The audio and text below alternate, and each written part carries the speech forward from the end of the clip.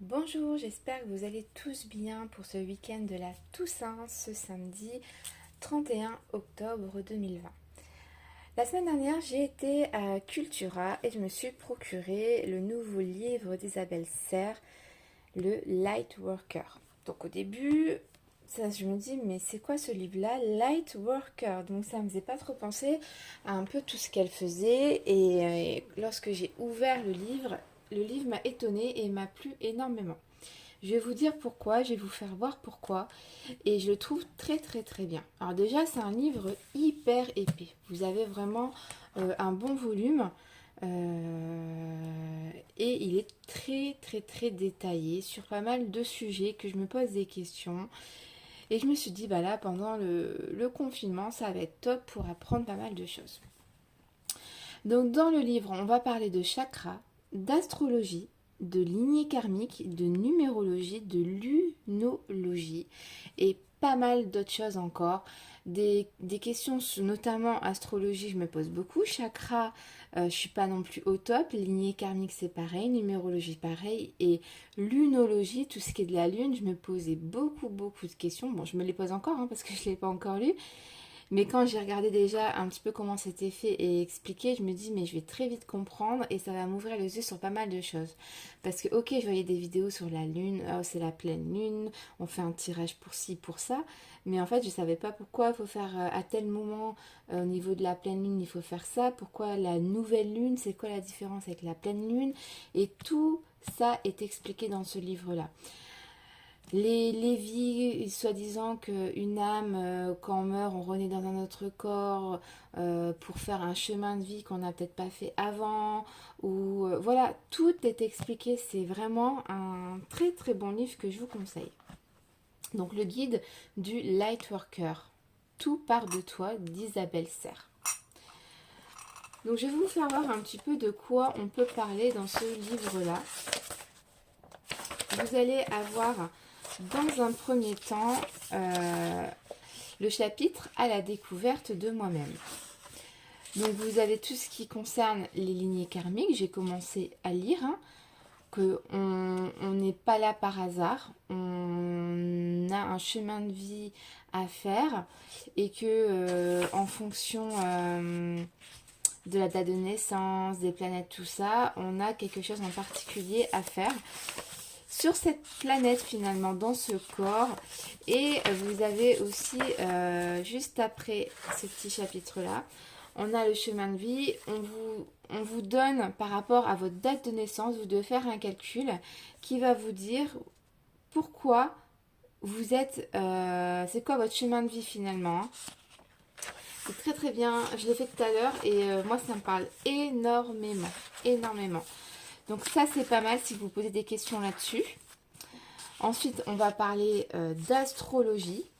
Donc ça je me pose beaucoup de questions. Je voulais même faire une formation pour faire les graphismes comme ça parce que je me posais beaucoup de questions. Avec les planètes ascendant, descendant, c'est quand même très très très compliqué. Et là vous voyez, elle parle de tout, elle parle de toutes les planètes. On parle des signes astrologiques, on a vraiment... C'est important quand on fait un tirage pour par exemple les Verseaux, c'est important de savoir un peu leur caractère, comment ils voient les choses, pour mieux comprendre les tirages avec des oracles, des tarots en fait. Donc c'est très important. Donc là on a les signes astrologiques. Donc elle nous dit aussi tel signe astrologique c'est un signe d'eau, d'air, etc.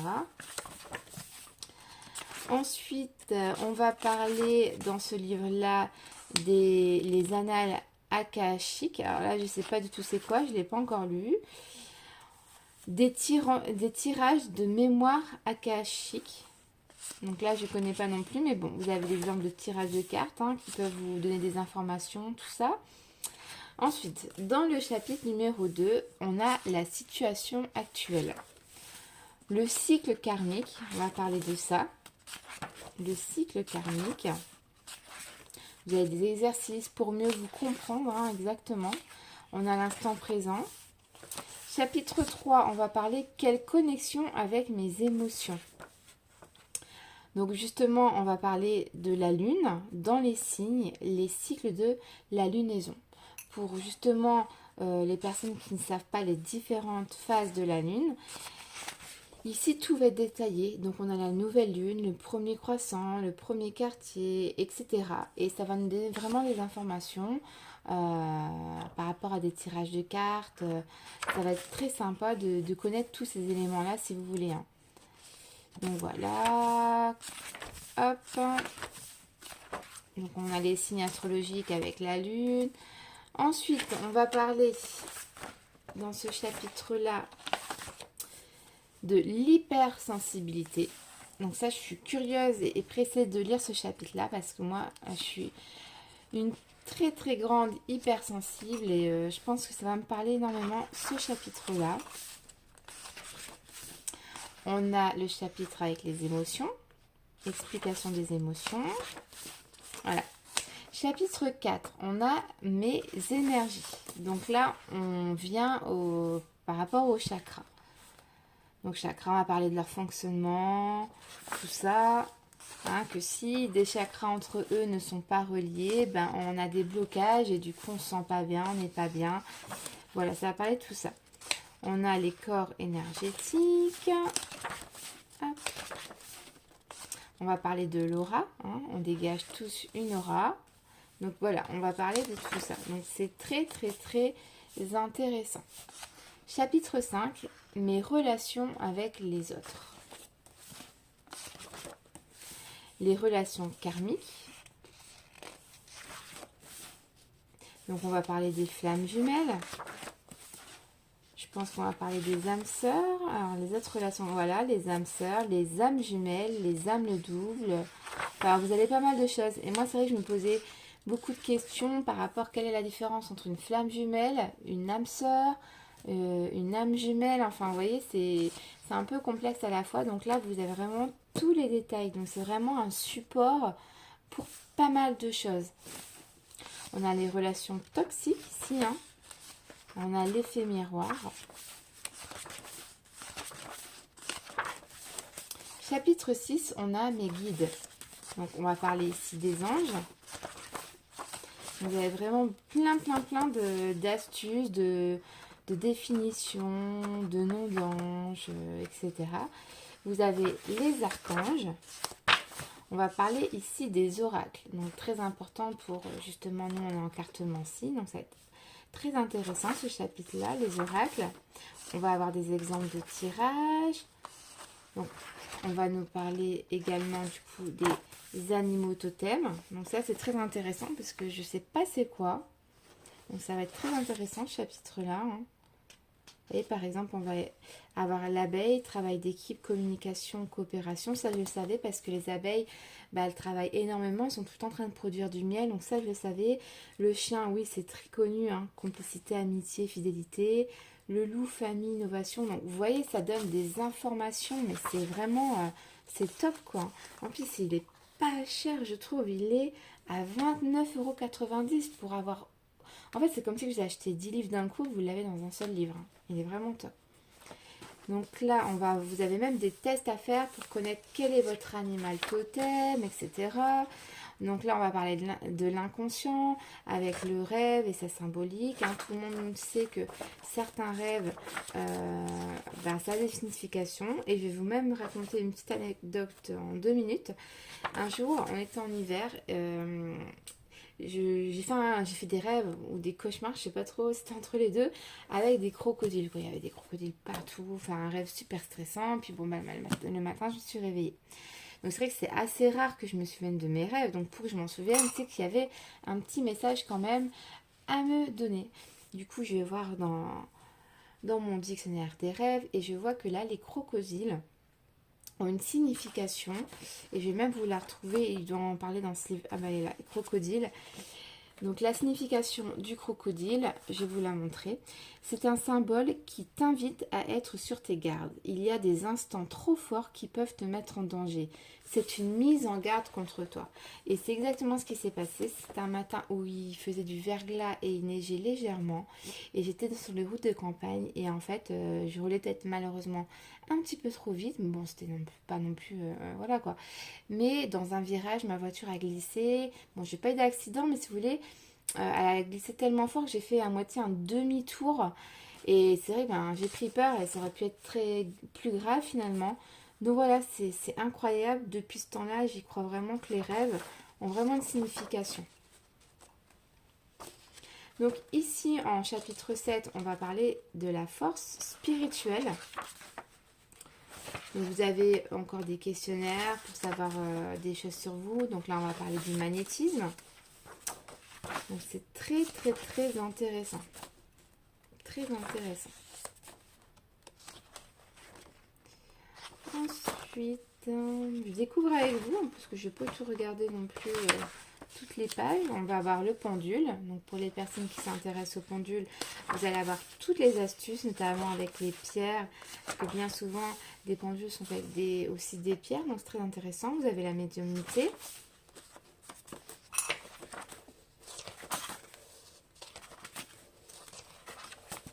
On va parler de l'intuition encore. Vous voyez, des exercices. Cahier des ressentis. La lithothérapie, donc tout ce qui concerne les pierres, pour savoir quelle pierre elle est faite, pourquoi. Il y a des pierres qui vont être là pour vous un peu protectrices, éloigner des mauvaises énergies. D'autres pour ce côté sentimental. D'autres, ça va être par rapport à la colère, pour vous calmer par rapport à ça. Enfin, voilà, chaque pierre a une particularité. Chapitre 8, on a la force intérieure. On va parler de la loi d'attraction, le lâcher prise,